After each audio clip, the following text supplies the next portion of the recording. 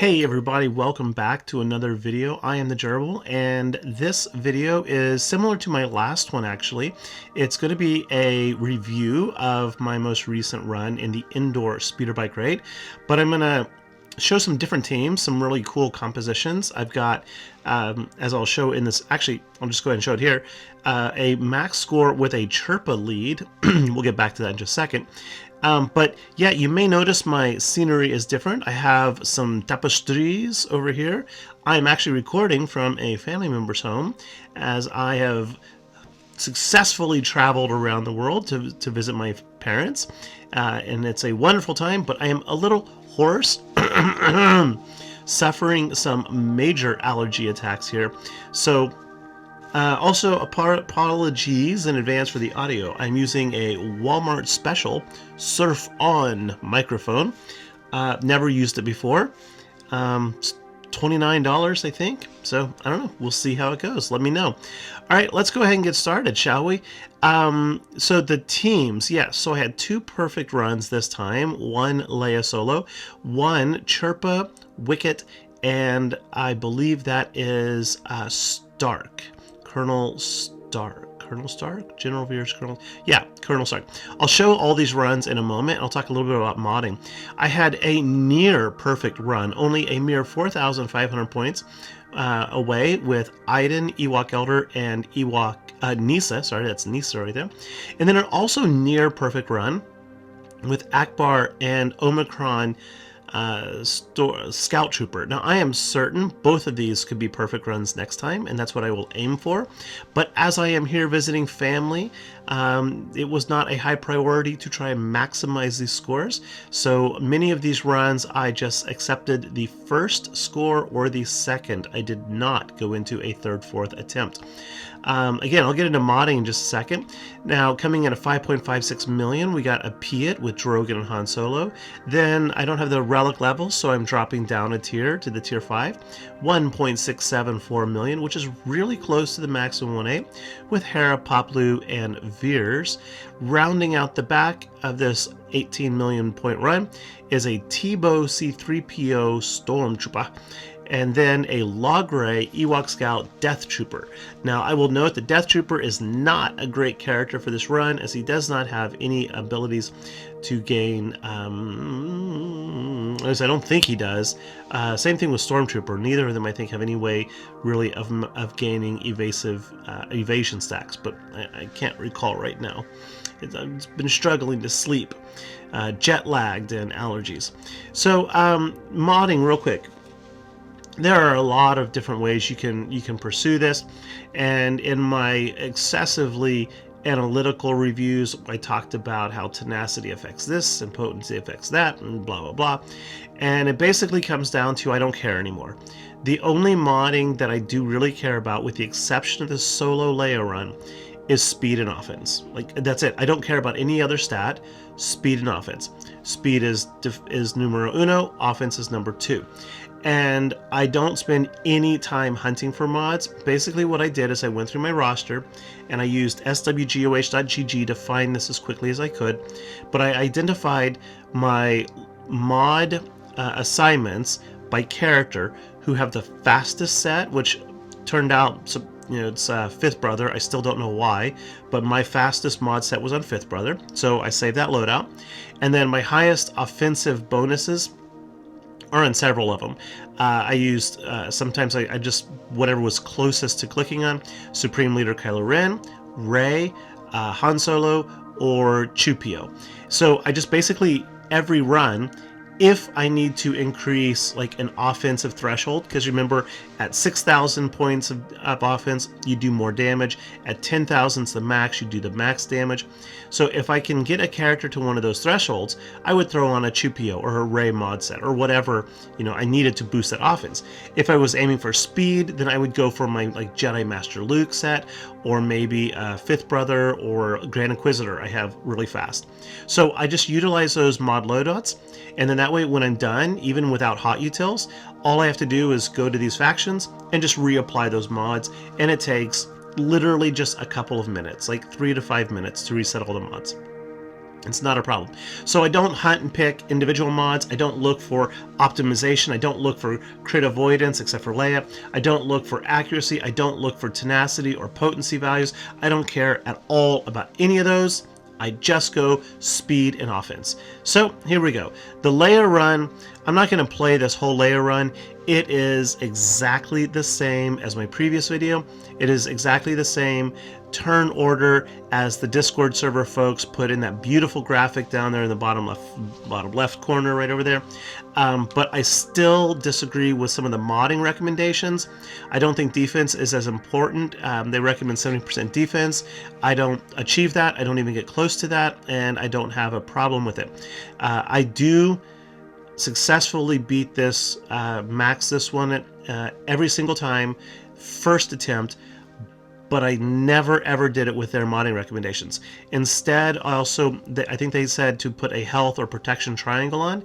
I have to use a critical chance triangle. If I do not have that critical chance, then I do not succeed. I get all the way down to like the final phase where you kill off the last trooper with a basic and then ultimate the final round, and I can't do it. I die before I can kill them. So I don't know what the difference is, the disparity, but everything works exactly as their graphic suggests, but I had to use a critical chance triangle. So if you're following this graphic and you're struggling, try a crit chance triangle. Otherwise, power to you. If someone knows what the difference is, I'd love to know. But here you can see most of my stats right there. The minimum 150% critical damage, potency is 110%. You can see my health and my protection, and then my speed 543. Okay, we're just going to move on. That's a full clear, promise it is. All right. Okay, oops, sorry about that. Okay, we got to back up, don't we? Yep, I just had a ringy-dingy phone call. Back in Shanghai, I hired a Santa Claus and an elf to come make a little visit and deliver some Christmas gifts. My wife was very happy. Mrs. Gerbil's very happy. Okay, so where were we? Oh, right. I don't know if this was the right one. Oh my gosh, that's good. Yeah, it is. Okay, yeah. So Chirpa, Wicket, Starck. Now, this is going to be almost an identical team as the next one I'm going to show. This one was maximum score, 2.7 million, but this is achievable, as I say always, at any level based on your mods. Because in this raid, the difficulty level doesn't, the strategy doesn't change. It is an independent variable, basically, of the tier versus the strategy. They're not dependent.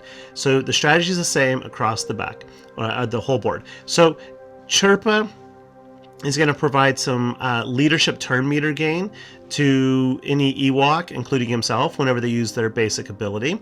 And you just, of course, want to stack up evasions. So Starck here has evasive maneuvers, which is going to put stacks of evasion on both the Ewoks. And then Chirpa does the same thing. And then Chirpa's got the repair mechanism, hasty repairs. Ewok, the two Ewok attackers, I don't know if Scout has it, but Nisa and Wicket both have Forest Friends and Open Fire, which both of those specials provide some evasion stacks. They're not great, but it's better than nothing, which is why I'm using them there. And what's nice about Wicket actually is his kit mechanic, his unique ability where he can take extra turns, actually does apply.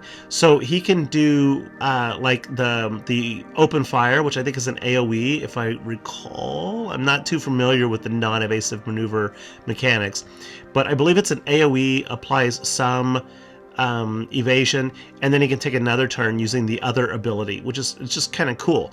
And then so you just accumulate all the evasive stacks you can, and then, you know, one-shot them with Starck. And the same is going to be in the next video I'll show in a second. Here, all three of these, you want a minimum of 6,000 offense. You're not going to get Starck up or Chirpa to 10,000 likely. Wicket can very easily hit 10,000, and I believe mine did not, though. I think I've got him only modded at like 8,000 or 9,000 here, so I don't know. I can go back and watch, you know, in the replay and count the damage. Now, like many of these battles, when you get that what is it called, the enrage counter close to the end, you need to very carefully look at turn orders to make sure that you are killing off the as much stacks of damage as you can without actually killing one of the enemies, so that you one-shot one to kill them, and then you can clean up the other one with whoever gets a turn. And then, of course, to get extra points out of this, you need to prioritize hasty repairs on Chirpa, and in the next round on Elder or on Akbar or on whoever has it. I think Hera's the fourth one.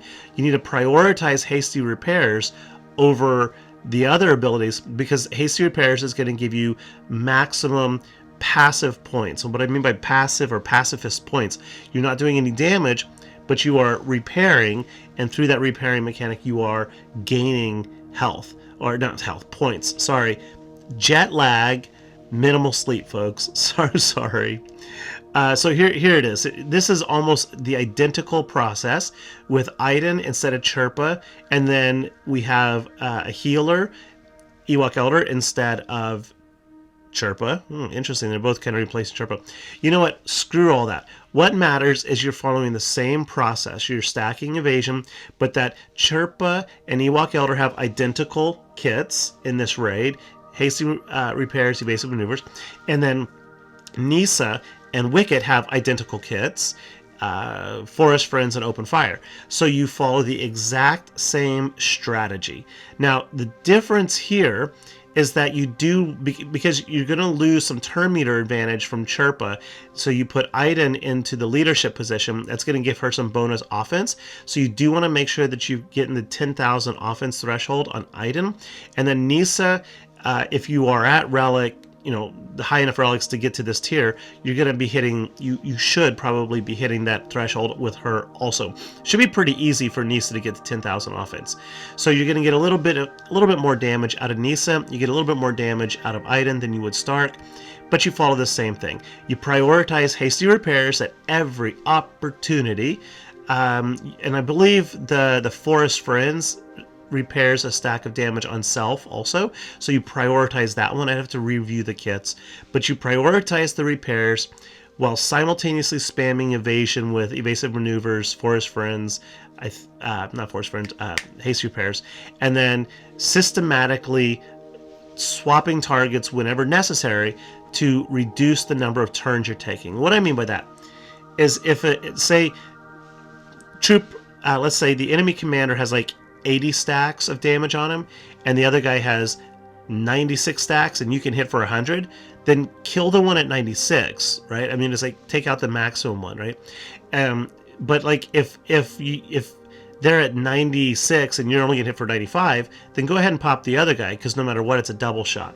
I mean, you'll figure it out as you play it a few times, but you want to get the maximum kills in the minimum number of turns. So you may have to stagger some damage back and forth. So here we can see we got to look at that, only 4,500 points away. This definitely could have been a maximum run. I need to redo that one a time or two. All right, Akbar, Scout Trooper, Omicron. Now I know you're gonna say, who has a Relic 8 Akbar? I love the Homeborn Fleet. But I know, again, most people aren't going to have a Omicron or a Relic 8 or an Omicron. That's okay.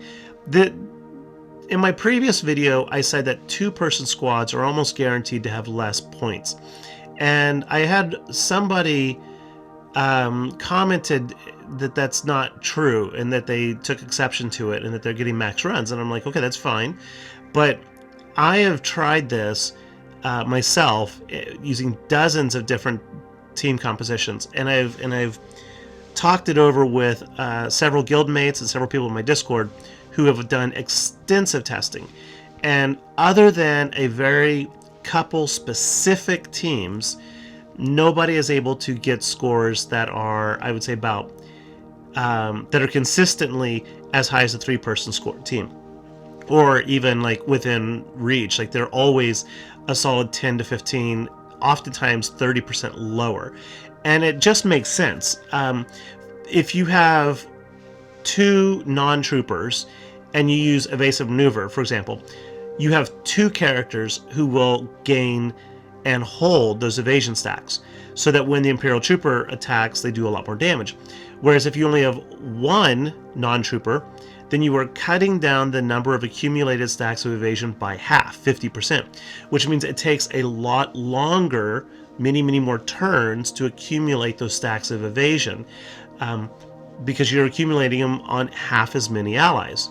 Now, at some point, yeah, you do get enough stacks up there to recreate it, but it's a lot slower in the beginning, and it becomes a bit more of a challenge, I believe. And like I said, in all of my experiences, this is the only consistent two-person team that I have experienced that rivals a three-person team. Now, that being said, I also did some minimal effort YouTube searching and Reddit searching, and I was also unable to find any solid evidence of consistently high or max run two-person attempts.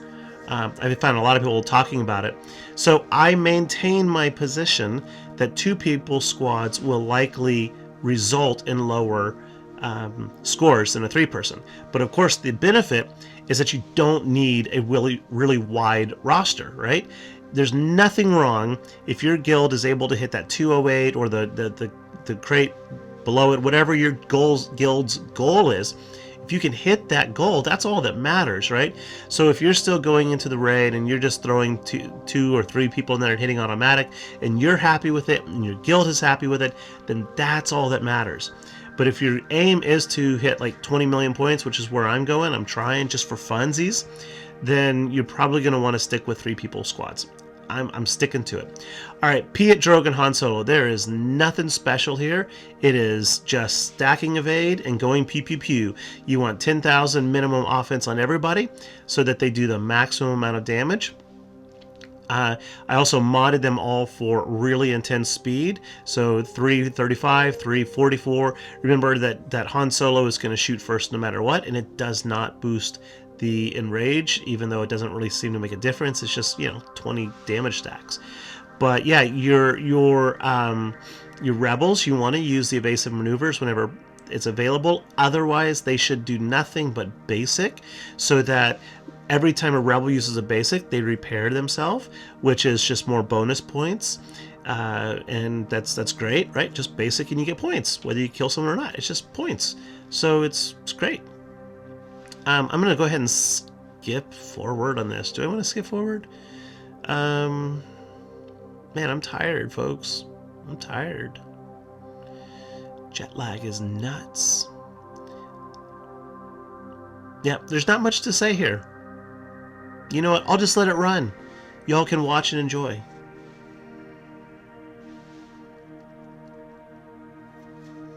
Pew, pew, pew. Pew. Evasive maneuvers. I must be distracted. Basic. Basic. Evasive. Oh, I basicked. Interesting. Basic. Oh, right. That does make sense. At some point, when you've got enough stacks, like when you've got like the 90 to 100 or more, probably more like 120. When you get to about 120 stacks of evasive evasion, I don't think it's necessary to keep spamming evasive maneuvers anymore. It's better to go ahead and basic, gain the points out of that basic, because you don't get any points by hitting evasive maneuvers, right? So once you can kill the commander in one shot, that's what I should say. It's not about 80 or 100, whatever. It's about when you can kill the commander in one shot, you can stop using evasive maneuvers. Just use your basics so that you get stacks of shield, heal up, hopefully survive the enrage for an extra turn or two, and then, yeah, not die like that. Yeah, yep. All right, next run. Yeah, and folks, I'm tired. I'm going to go brush my teeth and get ready for bed, and I'm just going to let this play out. So it's the same process all the way through. Hey, also in my last video, I said there were 3 MVPs. I said it's Ewok, Chirpa, Elder, and Akbar, and somebody said that, somebody was disappointed that I didn't include Hera in there. And Yeah, I didn't call her an MVP, and maybe she is an MVP.